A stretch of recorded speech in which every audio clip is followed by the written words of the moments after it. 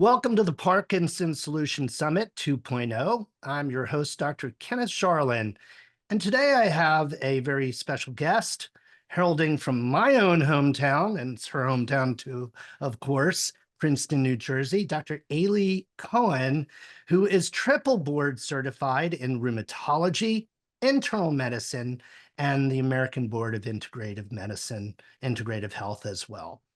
And she has so much information to share. She is a very special interview, folks. So I want you to stick with it the whole way through. You're going to learn a lot of information and solutions today. Dr. Aly Cohen, thank you so much for joining us. Welcome to the Parkinson's Solutions Summit. Thank you, Dr. Charlin. Ken, thank you for having me. I'm really excited to share some great stuff with your audience. So thanks for having me. Sure. Absolutely. Well, internal medicine, rheumatology, and you're a world-class environmental health expert. I understand that not only do you write, you have several books, and you teach, and you serve as a legal expert as well. So many things. How did you make that jump from, autoimmune diseases, rheumatology into environmental medicine? Yeah, this is a kind of an interesting question because I didn't know until I really put it all together how I got here. But I'll just start with a very simple story. And I think a lot of your patients will and listeners will connect with this. My dog got sick. I was a young mom, two young kids, very busy, right out of fellowship and training for rheumatology. And I had a beautiful golden retriever who got sick Hmm. and at a very young age, so about 4.5 years of age. And he had what was called autoimmune hepatitis. And so what ended up happening, which is unusual in dogs, it's unusual in the breed. And I was heartbroken because I'm a huge animal lover. And Hmm. long story short, I spent the better half of about 2 years trying to figure out what made him sick, what triggered his immune system to work against himself, his liver. Hmm. And it was an incredible journey. And I did it out of love and desperation, but I learned a lot about air quality, water quality, dog food, dog toys, pet toys. I learned about plastics. It started to kind of move over into what affects humans and also what poor regulations exist or no regulations exist in terms of the environmental chemicals that we're exposed to Oh, every yeah. single day. So it was a great way to transition into, I'm a rheumatologist. I'm seeing autoimmune disease, but I'm seeing more and more of it. I'm seeing it at younger ages. What could be the cause or association more so? And of course, I never learned this in med school. As we know now, there's no real environmental health training or Hmm. courses, Yeah, very yeah. limited. Also, nutrition, as you probably shared with your Hmm. audience. But so that's how this all started. And what I did was I started to try to figure out what was real and what wasn't, reading the medical literature, learning from people I trust, mentors, and it kind of all came together over the last couple of years. And I put it into books, and I made it into a podcast, and I post on the Smart Human, which is my platform. And that's really been where I am now. Is just keep shouting on mountaintops what we need to know and why we need to know it and what we can do as solutions. That's a big part of what I do, is what are the solutions? Right.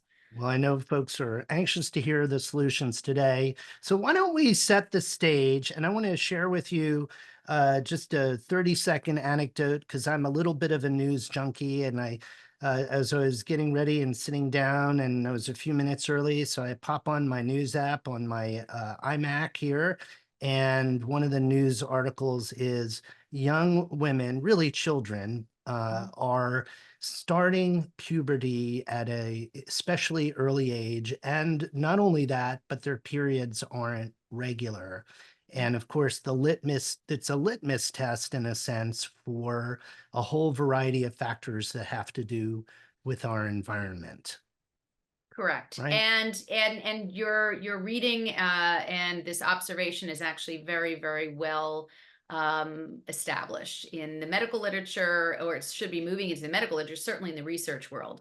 And one of the reasons that may be associated with that finding, and it is fact true that we are now young women and actually young boys, we kind of Mhm. leave them out of this, but actually boys who go through puberty and young girls have this vulnerable period of development, which we'll talk about in a second, that it makes exposures to many of the chemicals that are now in our products and the food we eat and drinking water.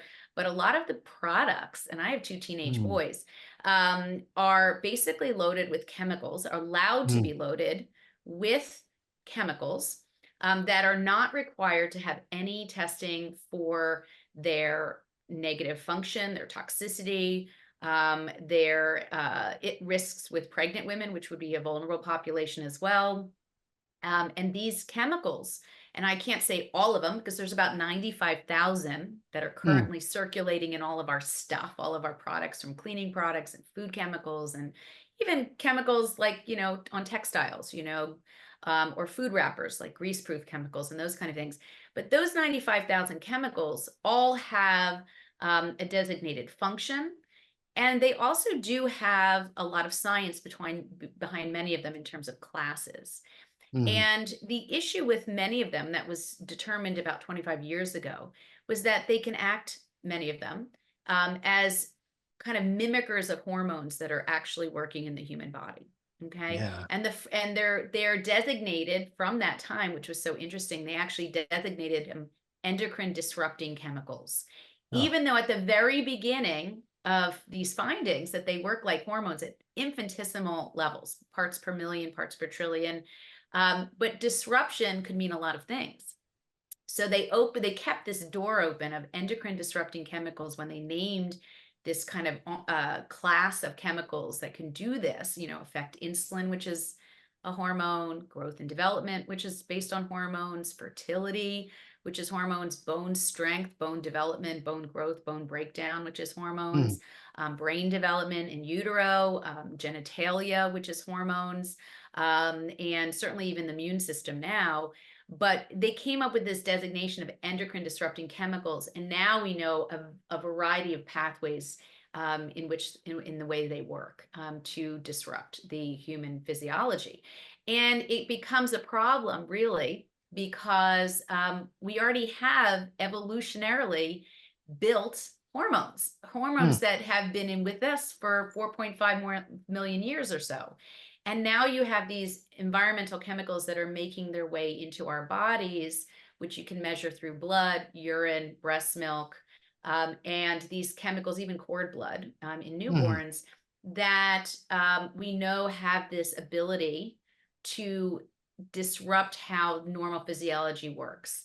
And that's an issue. And in terms of young girls with puberty, women used to have their periods or menarche, or the start of their pubertal changes. About 100 years ago, it used to be at age 16, mm. 15. Now we're talking as young as 8, 9 years old. And in young African American women, it's even younger, because many of the personal care products that are marketed to young African American women, women of color, tend to have higher levels of those estrogenic mimickers. My goodness. So this is kind of where it all kind of comes full circle, is that there's now enough data to show that over time, the exposures to these low levels over time, personal care products we use every Yes, day, but cumulatively, that is where we start to run into a lot of these physiologic problems. absolutely. And of course, we're going to talk about Parkinson's disease today, which really is kind of from a neurology perspective been framed as the classic disease in which we recognize that environmental factors appear to play a major role in its genesis. Yes, there is some genetics, some more than others, young onset, Parkin1, Parkin2, the taxon genes, and so forth. But Mhm. the environment, and with the sort of real rise in chemicals dumped into our environment, the mixture of chemicals, not just a single chemical necessarily, the ability of some of these chemicals to disrupt hormones, which, in which Parkinson's, for example, it's known that in men who have Parkinson's, at least, that one pattern that's often seen is a sudden drop in testosterone before the onset of symptoms of Parkinson's. Um, you know, uh, it's real. We're really in a crisis point. One of the things that you pointed to is regulatory failures as well in the United Mm. States, and I'm interested in, how did we get here? How did Mm. we get here? Well, I would need an organic drink, alcohol preferably, to get through this major area of failure. Is that, listen, lots of chemicals can do lots of things. I always say that whether someone develops a disease of any kind is this dance between our genetics, our lifestyle, and how we live our lives, and then our exposures as a separate Mm, entity, really, because those we can't always control. And mm, this kind of dance between these three areas is so important because we can control two out of those three things. And you could argue almost three out of three because we know that environment can alter the exposome, which are the proteins that allow genes to express themselves into a mm, disease. So there's a lot more control that we have, more than we think. And the reason we got into this pickle was because, we are a country that likes to come up with good stuff, right? We mm, come up with compounds that create materials that make our lives easier, right? The mm, 1950s, Monsanto, we have chemicals going to make plastics, right? So we could drop dishes and they won't break. We can wash them and not need to throw them away, so we're saving on mm, resources. But the real pickle came when, around World War II, and that's where we had this explosion of chemicals that were developed in many ways to help with soldiers overseas, right? To mm, help with plexiglass in fighter pilot, airplanes, in the military.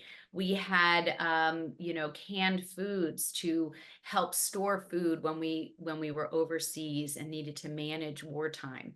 mm, And a really big component of that was the pesticides that were developed around those time, that 1940s, 1950s. And mm, that was to protect many of the soldiers going into foreign lands that may experience malaria and other types of illness from exposure and infection. So we had this kind of gate that opened wide open, and there was no regulation on many of these compounds that were created.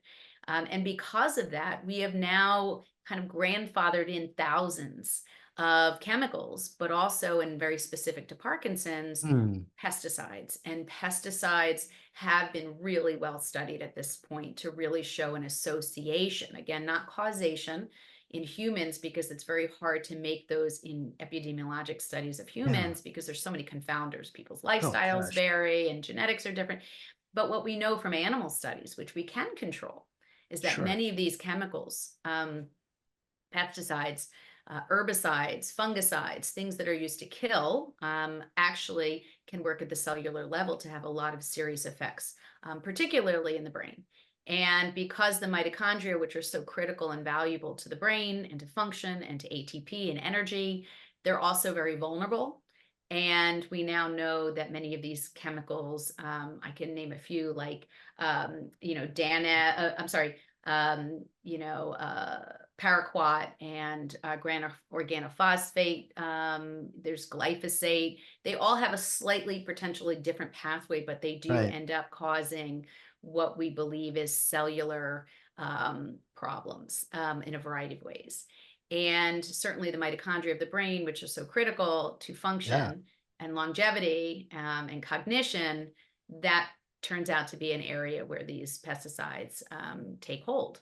And they're really neurotoxins. Many of these pesticides were designed to be neurotoxins, That's how they work. Right. Very especially in intentionally.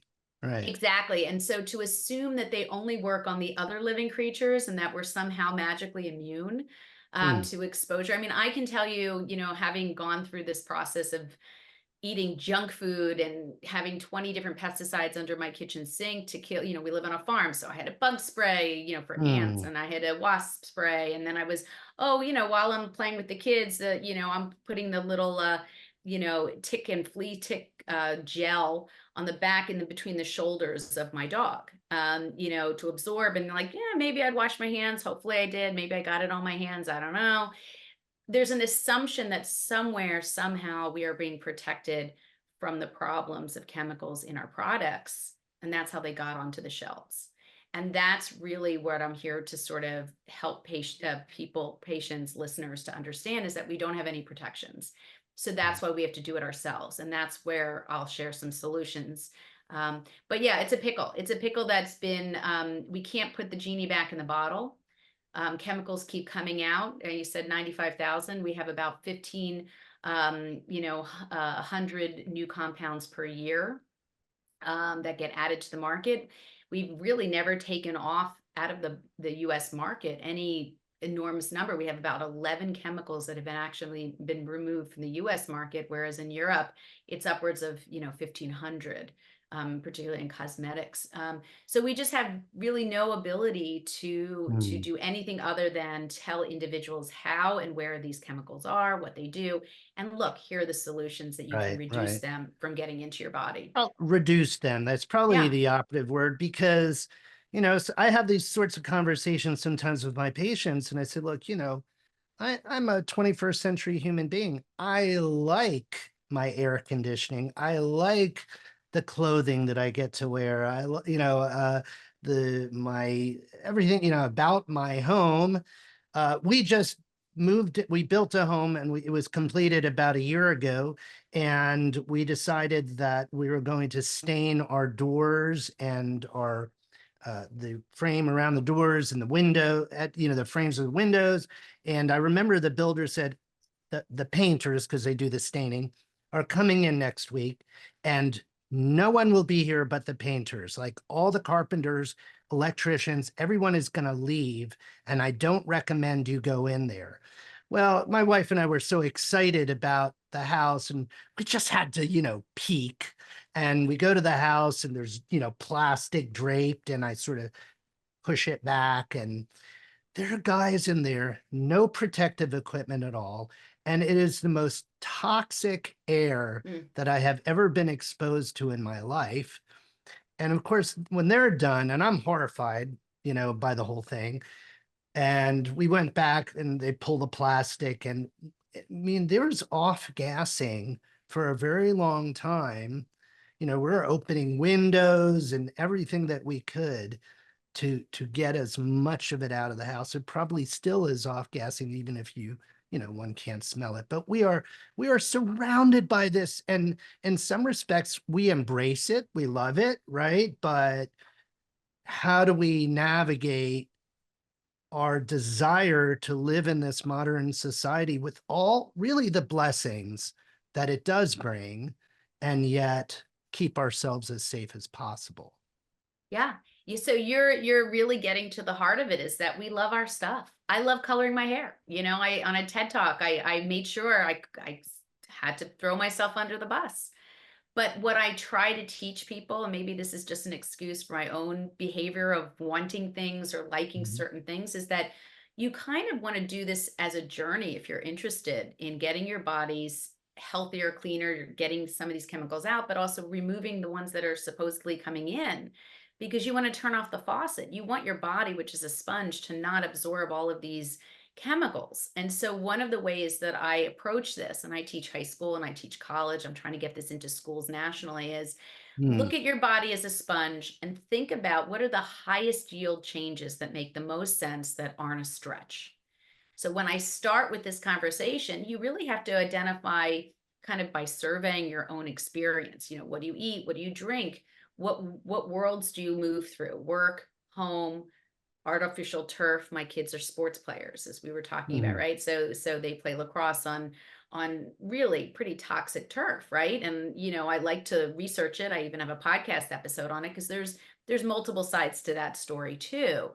But Yeah. what we want to think about is what are the best ways that are not a stretch that allow us to cut down the amount of chemicals. If you were to test, which I don't do a lot of testing, I Hmm. used to, but I will assume that everyone, including myself, is pretty much loaded. The idea is take my word for it that when you change these certain things in your life, the body burden, as they call it, of chemicals goes down and it's Hmm. measurable because I do this on myself. Hmm. Spurlock, I can't remember his first name, just passed away not long ago, and he was responsible for the documentary on Super Size Me, Oh where yeah. he ate McDonald's 3 times a day and he measured his levels and they were outrageous. Well, he just passed away, and I think in honor of his work, and he meant so much to the work I do, is I test myself all the time. I make changes and test myself. I'd rather spend my own money and figure it out before doing it on other people.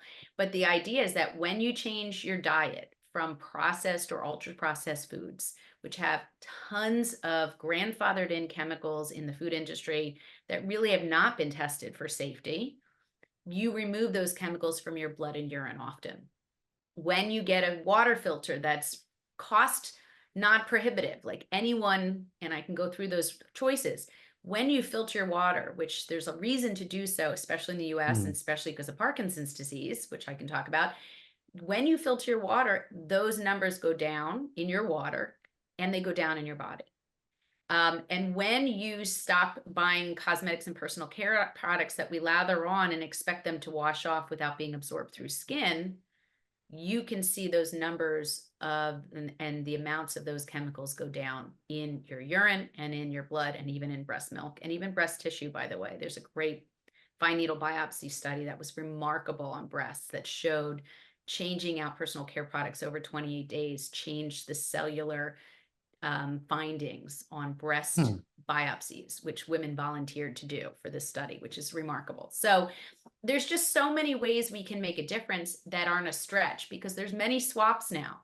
You can Hmm. get lots of swaps. Like, if you wanted M&Ms, I love M&Ms, but there's actually swaps out there with none of the chemicals that are in M&Ms. If you wanted to find lip gloss or personal care products like, body sprays, I tell the boys, look them up. Here's the app, here's the website. Let's do this as a Right. class. And all these kids start whipping out their phones and their computers and they're looking up the level of toxicity based on really good information. My Yeah. son does it, and then they choose better because we know exposures aren't necessarily going to slam dunk a disease and create a disease, but it certainly increases risk. So one way to look at it, by the way, the M&M's probably several levels of this because you have the cadmium and the lead that we worry about in the chocolate. And then, Mm. of course, you have this sugar coating, which is just garbage anyway. But then it has red number 5 or whatever. And so then we're dealing with all that stuff as well. But I was reminded as you were explaining this about, you and I were talking about therapeutic lifestyle medicine and how powerful food is or how powerful sleep is. And really, that stuff is the best medicine out there, in my opinion, at least. And, a lot of folks, what supplement should I take? And like, well, each of these nutrients or compounds, antioxidants, they have a number of fairly specific roles that they play in the body. But when I'll say, take vitamin E, that's all you're getting, right? You're just getting vitamin E. But when you eat foods that are rich in that fat soluble vitamin, you're getting vitamin E, but you're getting all this other stuff too. So I'm kind of hearing what you're saying is, look, we live in a very contaminated environment. There's stuff that we have limited control over, what happens in a public building, right? Or maybe a park that we wish to take a wonderful stroll in. But on the other hand, there's that sort of low hanging fruit, the big stuff, what we put on our body, whether we choose organic versus non-organic. And those can Yeah. make a huge difference. Yeah, exactly. So I kind of go in that direction that you're describing. A birthday party, dinner, a piece of cake, some M&Ms here and there. I'm not, as my mom says, don't sweat the small stuff, right? I look at big ticket items. I think big Mhm. ticket items are where to go, and they're not such a big, for instance, let's talk food, okay? Like you just mentioned, organic versus non-organic. This is a really big, important topic because organic, USDA organic, happens to be the only regulation in the food system that actually has teeth. The Mm. only regulation that has teeth. And when I say that, I mean that it actually prevents us from being exposed through food for thousands of pesticides, particularly Mm. important to this audience, and fertilizer chemicals, and non-GMO is required. So you cannot have any genetically modified ingredients in those products. And this is for food. So personal Mm. care products, they do a lot of whitewashing, greenwashing, and really USDA organic does not pertain to personal care, even though they might have one ingredient, the rest could be junk. But in the food system, and even when we get, my blueberries that came from Peru that were organic, right?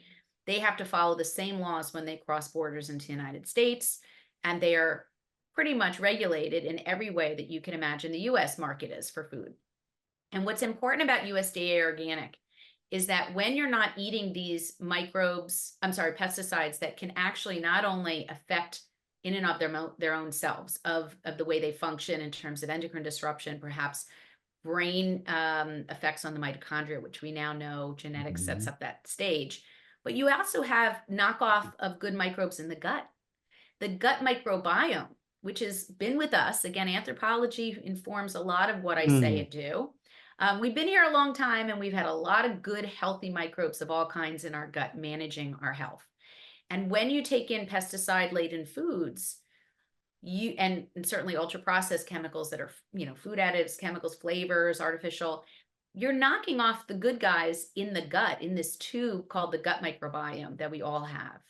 And that is Mm. another layer of harming the human body because the gut microbiome is very protective and it also pulls nutrition from Mm. foods that we eat. So it's kind of a twofold insult, right? Absolutely. The chemicals themselves will get into your bloodstream, cause some effects, and then it also is killing off some of the good guys that are there to really protect the gut and keep it healthy. Um, and USDA organic, here's the swap. Here's the punchline.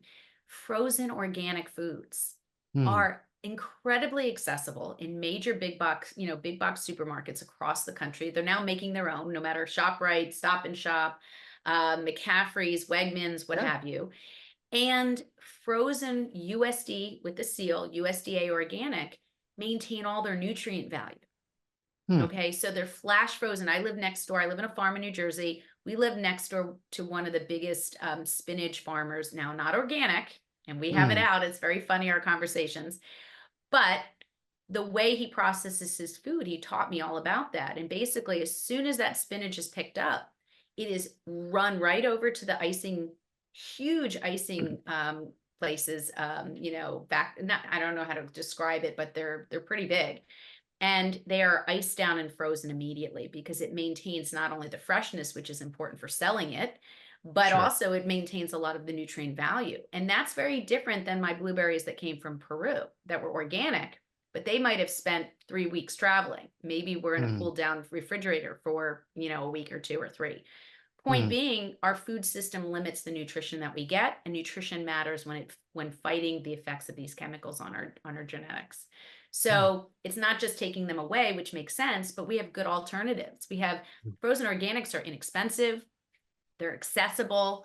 And what you just want to do is take whatever fruits and vegetables, and they have wonderful ones, and just transfer them to glass and stainless steel when you heat them. You don't want to do in bag steaming where the plastics would get into them if you're microwaving or heating them. But you would just take the Yeah. little extra work to transfer, and you've got almost more nutritious food than a lot of our fresh organic produce. So Wow. that's the hack I share. I think it's a really reasonable one, and you don't have to use canned foods, which have BPA and other kind of plasticizers on the interior of the can.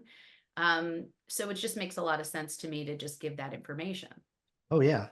I want to kind of play devil's advocate, and I certainly agree absolutely with everything that you've said, and I support that and want folks to follow this guidance. But I was listening to a news story recently. You may have heard it.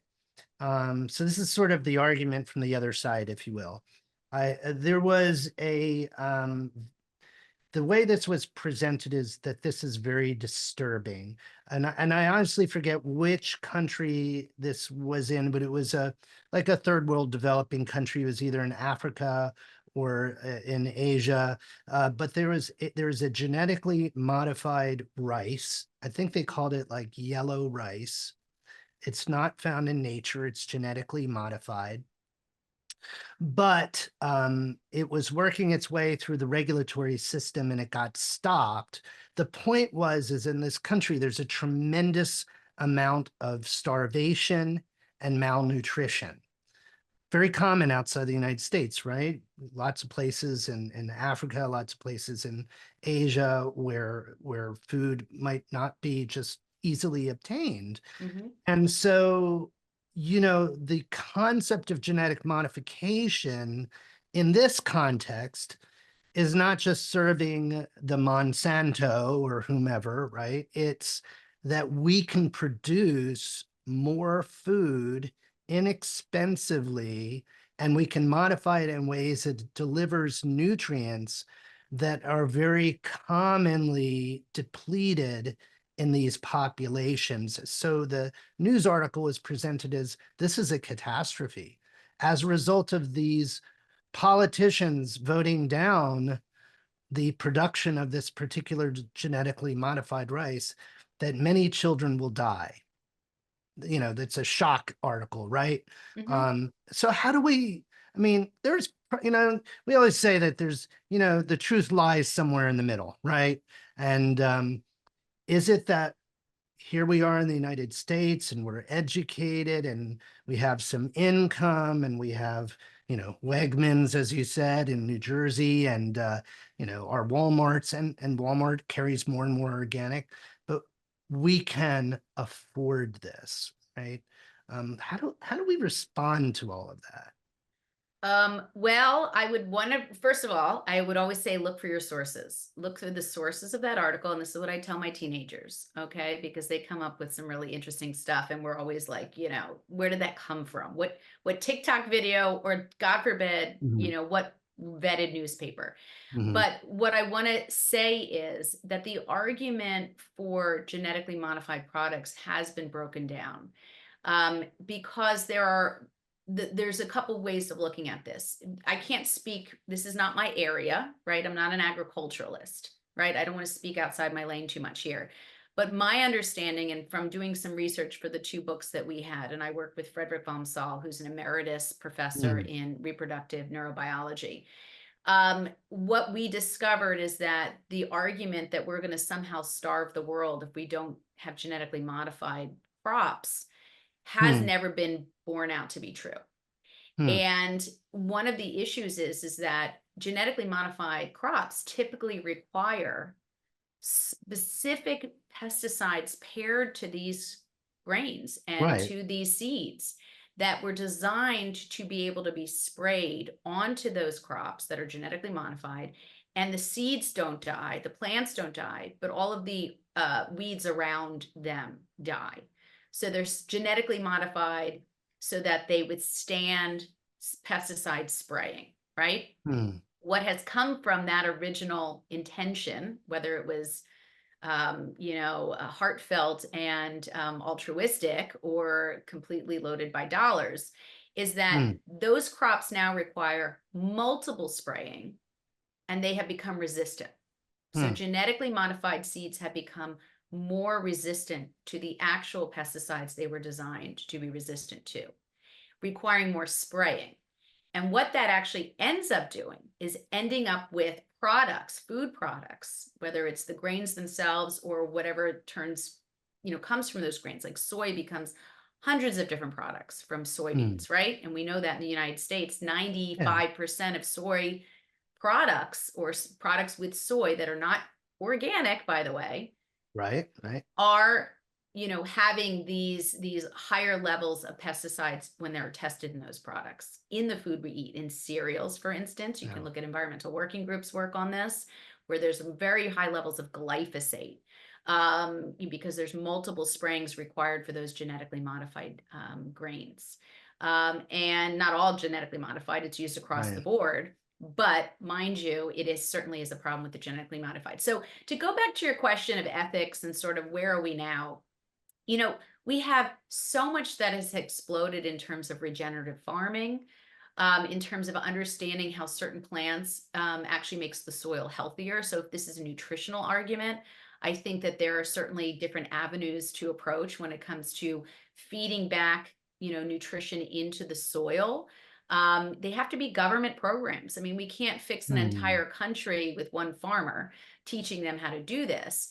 But there are just so many forces behind the scenes that I would be very curious to understand what are the forces. In the United States, yeah. we have an incredible food lobby. I mean, we've heard this so much. Oh, We have yes. such a food lobby that, healthy things are like ridiculous to get into school systems, ketchup is considered a vegetable. I mean, come on. I mean, so we have an incredible food lobby and a food system that has so much money. It's very hard for the research voices, the people that are on the sides of academia to really get this information in. Um, and so I find that you have to go to the source and figure out who's actually the loudest voice in the room. And it's typically I'll talk about medicine as, pharmaceutical industry. I love medicines that I need. I have rheumatology patients. They need a lot of drugs, but they don't need them reflexively. But you'll Mm, never see education in medical schools right, that have to do with prevention in any right. reasonable way, because guess what? They teach to symptoms and cure, or symptoms, drug, symptoms, drug, symptoms, drug. And I've Mm, talked about this with deans of med schools. They are really geared towards symptoms, when the horse has left the stable, when you're sick, and what to do about it. There's nothing really about the prevention side. And I could argue, yeah. just like with the big food lobbies, you could argue that big pharma really has their hand in another avenue of health and healing. Yes. But I wonder if we could take a minute. I think folks are probably fairly convinced at this point that these environmental chemicals, metals, pesticides, other compounds. We didn't touch on trichloroethylene, which is Hmm. a big topic in Yeah. Parkinson's, plays a major role in poisoning mitochondria and playing having an impact on human biology, taking a person up, ultimately into a movement disorder like Parkinson's. Mhm. Okay, let's say I have Parkinson's, though. Can removing these chemicals from my environment then actually improve my Parkinson's? I mean, can we get into the sort of therapeutic aspect of this as well? I would say yes. I have Parkinson's patients myself who have Mhm. histories, whether they are knowingly exposed to pesticides. Many people don't have a recall of any Mhm. exposure to pesticides. And by the way, pesticides include bug sprays in your house, and they include, antimicrobial, tile salt sealant. Speaking of home Mm, renovations, there's a lot of antimicrobial chemicals that are not mm, considered pesticides on marketing, but are actually pesticides that are mm, infused in cooking boards, that are infused in cookware. They're infused in a lot of places because we're apparently afraid of bugs as a culture, right? mm, As a human mhm. species, we've been marketed Yeah, to. So we are exposed more than I think most people think. Not just, being migrant farmers, you know what I mean? Which is where we see a lot yes. of this data, by the way, because they're the canaries in the coal mine, right? They're in those Mm, fields and they're managing these chemicals. Same with the guy down the street that's spraying without a mask on, you know. But can you reverse a chronic disease such as Parkinson's? And the answer, in my experience, is mm, yes, you can help to slow the progression dramatically. I wouldn't necessarily go as far as to say the word reverse, because I think that's a pretty strong word and I'm not a neurologist. But I mm, will tell you that when you take away, and this goes for any illness of any kind mm, that's been already diagnosed, when you take away the triggers, the known compounds that we have seen and know and have in the medical literature that irritate the immune system to do anything from lupus to Parkinson's, to mm. rheumatoid, fertility, whatever it may be, when you remove those triggers and then you add in nutrition, healthy sleep, as we know from anthropology and development, clean drinking water, like again, which is a very big exposure that we can really get right with very little money. Not in Um, plastic bottles, by the way, too, Not right? in plastic bottles unless you're traveling. Right, Unless, here's the thing, I'm a realist. I'm not an alarmist. right. I think that when you can create a water system in your own home for under $300 for a reverse Mm, osmosis, as an example, because pitchers are mm, fine, they're not great, but they certainly are better than nothing. yeah, Refrigerator doors, faucets, pitchers. But what I would love people to think about from a cost perspective is reverse osmosis that's yeah, vetted, because they're now as cheap as even a pitcher that you have to spend all the money on the drop-ins, right? The yeah, replacements. So when you take this human body, and what I do with all my patients, including my own family and friends, when you take this person and you survey the exposures and you mm, survey the life around them, the air they breathe, what they put on their skin, body, feminine care products. I mean, I talk to these oh, teenagers yeah, like, girls, you're going to have your periods for how long? How many tampons you think that is? You should be Wow. thinking about sort of those exposures because it's a lifetime of exposures for something that could be swapped out to a cleaner version. Same Hey, with water. Water is something we need so much of all the time.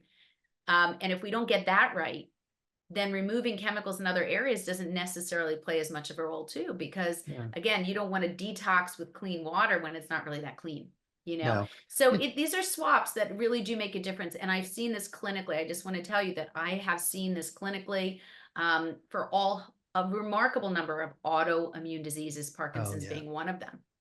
absolutely. Uh, and and I personally I travel with a stainless steel bottle. Yeah, So no, not only do I not get the plastic, right? But then I save a few dollars because how much is a bottle of water in an airport, right? Three or right. four or $5 for a bottle of water. And guess what, Ken? Guess what else? I post on things like being in the airport and you're faced with this whole wall Hmm. of water to choose from to purchase, right? If you don't bring your own or you bring your own and you just fill up somewhere else. But the idea is that when you pick up a water bottle and look at the ingredients, who looks at Hmm. ingredients of water, right? You don't think there's anything in there but water. Yeah. It tells you how that water was cleaned. It'll Ah, say purified by distillation. Municipal tap. Can you believe that? They can resell right, municipal tap. I saw that once. right. Or purified by reverse osmosis. So, yes, you have choices, even though you're in a place where you have to choose bottled water. You can certainly have that one extra layer of making a choice. And Oh. I don't think people think about that. So, yeah, there's opportunities all over the place to make better choices that don't change, your finances. Dr. Aly Cohen, I wonder if you would hold up your book so Mhm. folks can see the cover. This is the Guide to Healthy Living in a Chemical World. And get a copy, everyone. You also have another, you did a TED talk about how to protect your kids from toxic chemicals. So it really starts at a very young age. And Mhm. I know we don't really have time to get too much into it, but I was thinking about the whole Cheerios story of, giving the toddlers, the young kids, those finger foods and how laced with glyphosate, that simple oat, Cheerio is. So we really have a problem and we have to start young. We really need to start before conception and during pregnancy and Right. think about what we're exposing our children to. If folks do want to learn more about what you do, you have so many channels, so many avenues. Can you share just a few? Yeah, absolutely. So, again, out of my own work and frustration and sadness about my dog, who did end up passing away, but he is sort of the reason I keep going is really to share with as many people as possible. So I started a platform called The Smart Human. Again, tying in anthropology that we're all Mm. human, we all bleed red blood. It's really to think about us as anthropologic beings, and that that's how I post. I want people to know the problem. I want them to know the solution. I want perspective on where we are in this modern age and how to manage this in a reasonable way, and be Mm. empowered to make changes that are not complicated. And having been someone who came from, Cheese Whiz Oreos and Diet Dr. Pepper, if I can do it, anyone can do it. And so, yeah, so the book is very helpful. The Smart Human is my platform on TikTok, Twitter, Instagram, Facebook is really quite good. And then I work hard at it. I do it myself. And then I Mm. have a podcast that I interview some of the best researchers in environmental health, endocrine disruption, health and wellness, but really trying to get people to think environmentally, environmental exposures, how this affects immune system disorders as well as endocrine disorders. And I have a new book coming out on that topic, not just endocrine disruption, but Oh, understanding how environmental chemicals affects the actual diseases that I've been dealing with for 20 years, which is the wow. rheumatologic diseases from an immune system perspective. Hmm. So it's just really important to just know how easy it is to move through this. It's a journey for everybody. There's no regrets if you have a child or you're sick yourself or you got cancer. I want people to realize this is not your fault. This is the system's fault. We just need to figure out our way out of it. And that's what I want to really help people do. Wow. Well, Dr. Aly Cohen, thank you so much for joining us at the Parkinson's Solution Summit. From my old stomping ground of Princeton, New Jersey, I'm going to say go Tigers. Uh, um, we did not cross paths growing up, but No. but I'm an old But man. when you That's come probably back, we'll why. have a drink. That's okay. We're all good here. And I'm waiting for you to come back. So when you head home, let me know. I'll give you a call. Give me a All call, right. Northeast. Thanks for having me. I Absolutely. really appreciate it, Dr. Charlotte. And thank everyone out there. I really wish everyone well. Thank you so much. Bye bye now.